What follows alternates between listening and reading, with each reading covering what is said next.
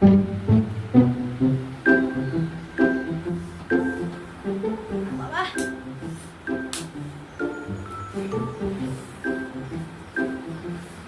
বাসন্তী, তুই কিভাবে ঘর মুছছিস?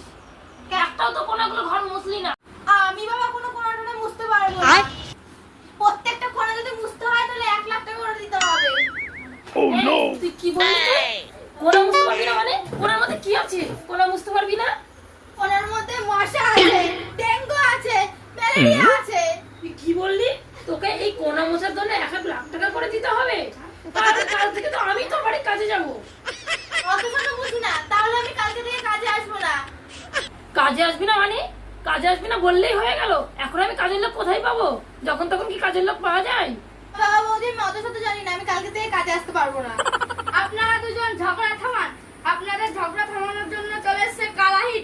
এটা আপনাদের ঘরের আশেপাশে ছিটিয়ে দিন, একটা মশাও বাড়িতে থাকবে না।